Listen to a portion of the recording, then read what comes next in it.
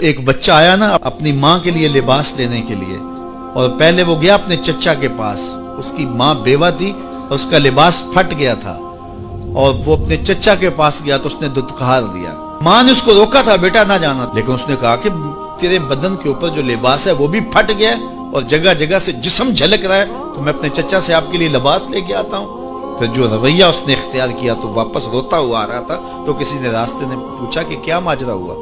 اس نے کہا چچا کے پاس گیا تھا ماں کے لیے لباس لینے، اس نے تو لا کے بھیج دیا۔ اللہ اکبر۔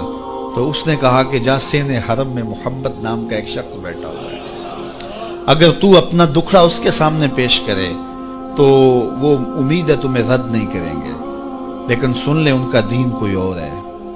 اللہ اکبر۔ اپنے ماں کے پاس آیا تو ماں کو کہا کہ چچا نے تو لا کے بھیج دیا، لیکن آپ کی حالت مجھ سے دیکھی نہیں جا رہی۔ بچہ ابھی شعور کی منزلوں میں قدم رکھ رہا تھا، پہلے بہت چھوٹا تھا، اب اس کے اندر ایک جذبات تھے بچے کے اندر۔ تو ماں نے کہا کہ بیٹا نہیں، ان کے پاس نہیں جانا، سنا ہے کہ جو ان سے ملے دین دھرم چھین لیتے ہیں اس کا۔ اللہ اکبر۔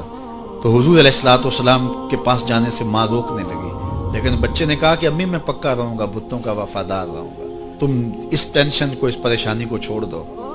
اور حضور کی خدمت میں حاضر ہوا۔ حضور صحن حرم میں چادر اوڑے بیٹھے ہوئے تھے، اور جا کے کہنے لگا میں پہلے بات آپ سے کر لیتا ہوں، آپ کا دین میں نے قبول نہیں کرنا۔ حضور مسکرا کے بولے بیٹا بتاؤ کس لیے آئے ہو؟ کہا میری ماں بے لباس ہے، میں آپ سے لباس لینے آیا ہوں۔ حضور نے چادر رحمت اتار کے اس کے کندھوں پہ ڈالی۔ اللہ اکبر۔ وہ واپس آ گیا اور ماں پر حضور کی چادر اڑائی۔ اللہ اکبر۔ اور ماں نے کہا کہ بیٹے اس نے اپنا دین تو نہیں تجھے دیا؟ کہا نہ، میں نے پہلے کہہ دیا تھا تیرے دین نہیں مانوں گا۔ ماں کہنے لگی پتر اس کا دین ماننا چاہیے، یہ جس نے رحمت کی چادر ہمارے سر پہ تار دی۔ اللہ اکبر۔ تیری تک کے ادامہ میں مرید ہو گئے۔ اس بوڑھی عورت کا قصہ بھی آپ نہیں بھول سکتے، جو گھر کا سامان باندھ کے اپنے دروازے پہ بیٹھی ہوئی تھی، اور اس نے سنا تھا مکے میں ایک جادوگر آیا ہے جسے ملتا ہے اس کا دین چھین لیتا ہے، کہیں ایسا نہ ہو کہ کہیں اس سے ملاقات ہو جائے اور وہ دین ہی میرا چھین لے، مجھے شہر چھوڑ دینا چاہیے۔ گھر کے تھڑے کے اوپر سامان باندھ کے بیٹھی ہے۔ حضور بھی گزرے، اس نے دیکھا تو کہا بھتیجے یہ سامان میرے سر پہ رکھ دے۔ حضور نے سامان اٹھایا، دیکھا تو بوجھل تھا، وزنی تھا، اور بڑھیا کو دیکھا تو کمزور تھی۔ تو کہا کہ بڑھیا اگر چاہو تو جہاں چاہتی ہو میں خود نہ چھوڑا۔ اس نے کہا اس سے بڑی مہربانی کیا ہوگی؟ حضور نے سامان اٹھایا ہوا ہے اور بڑھیا سے باتیں بھی کرتے جا رہے ہیں۔